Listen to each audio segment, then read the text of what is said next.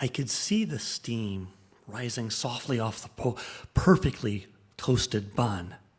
I could see the drops of dew on the perfectly red tomato. I could hear the sizzle of the cheese on the patty, and I could even hear the fresh lettuce crunch. But best of all, I could smell well-cooked hamburger, ketchup, crisp bacon. The object of my desire was a Jack-in-the-Box sourdough Jack hamburger. I could see it, I smiled and reached for it, but it wasn't there. I'm a lifetime long runner, and my favorite place to be is running up, over, and down Mount Tamalpais. And on this day, I ran one of the farthest distances I've ever gone, 30 miles. Now, running is, if you're a sprinter, you just need to go fast. If you're, running a little farther, you probably need comfortable shoes. If you're running over an hour, you need to worry about things like maybe having some water and where the bathroom is. Endurance running at this level, fuel becomes important. Our bodies run by using glycogen. Don't worry, there's not going to be a quiz on this. The problem is your body stores about 2.5 hours worth of glycogen. It took me 8 hours to run 30 miles. And there are some problems with this. If you convert too fast, it's kind of like your body goes from using glycogen, going from glycogen to fat is kind of like going from high-octane jet fuel to burning wet green firewood. And so if you don't do it carefully, the results can be really bad. And it's not just that your muscles don't work and you can't run anymore. The biggest consumer of glycogen in your body is your brain. So glycogen depletion means that you can get confused, you rapidly lose fine motor skills, and it can lead to a condition that I call the total disintegration of the soul.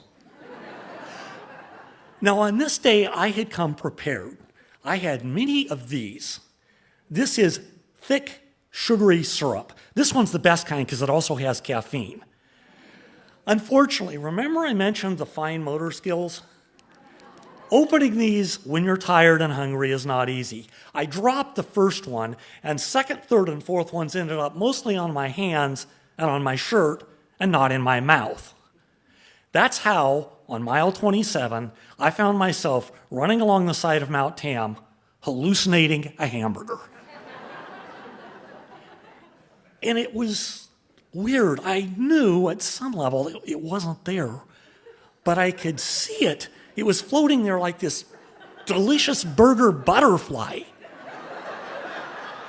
And I wasn't that upset that I was hallucinating, even though I knew I was. I was mad because I couldn't reach the hamburger, and I was confused. Why a sourdough Jack? I don't even like Jack in the Box. But there I was. So I did what I had to. I had to get back to my car. And I'd speed up occasionally and try to catch the burger. I never could. I ran past somebody's barbecue when I got close to town, and then I was seeing 2 floating hamburgers. And I wasn't confused. I knew where I was. I had one more hill and 676 steps to get to my car. So I just kept going. By the time I got to the bottom of the Dipsy steps, I had a whole flock of Jack in the Box sourdough Jacks escorting me. But I did make it to my car and my wallet and to a road that went to a Jack in the Box. Now, stories have characters and a lot of different perspectives. And I bet you that young lady working the counter at Jack in the Box that day has a great story. This old, dirty, smelly, sweaty, bedraggled man bursts through the door. He's covered in dust and dirt. He's shaky. And he orders 3 sourdough Jacks for here. Drops his wallet twice trying to get the money out, and then just stares at the counter till the food comes out. Grabs the bag and laughs when he realizes he's holding it. then lumbers to the corner, devours all 3 hamburgers, then nods politely and calmly leaves. And some of you may have a different perspective on this story, so let me share something with you. There's a Jack in the Box on Telegraph just past Alcatraz. You can go check out a sourdough Jack if you want. They're open late. But I will promise you that the burger isn't going to taste that great. There will be no dew on the tomato. The bacon will not be crispy. And I know this because when I was preparing for this story, I had to take a lunch break. And I went back to Jack in the Box for the first time in the many years since that 30-mile run. Sometimes the craving is better than the reality.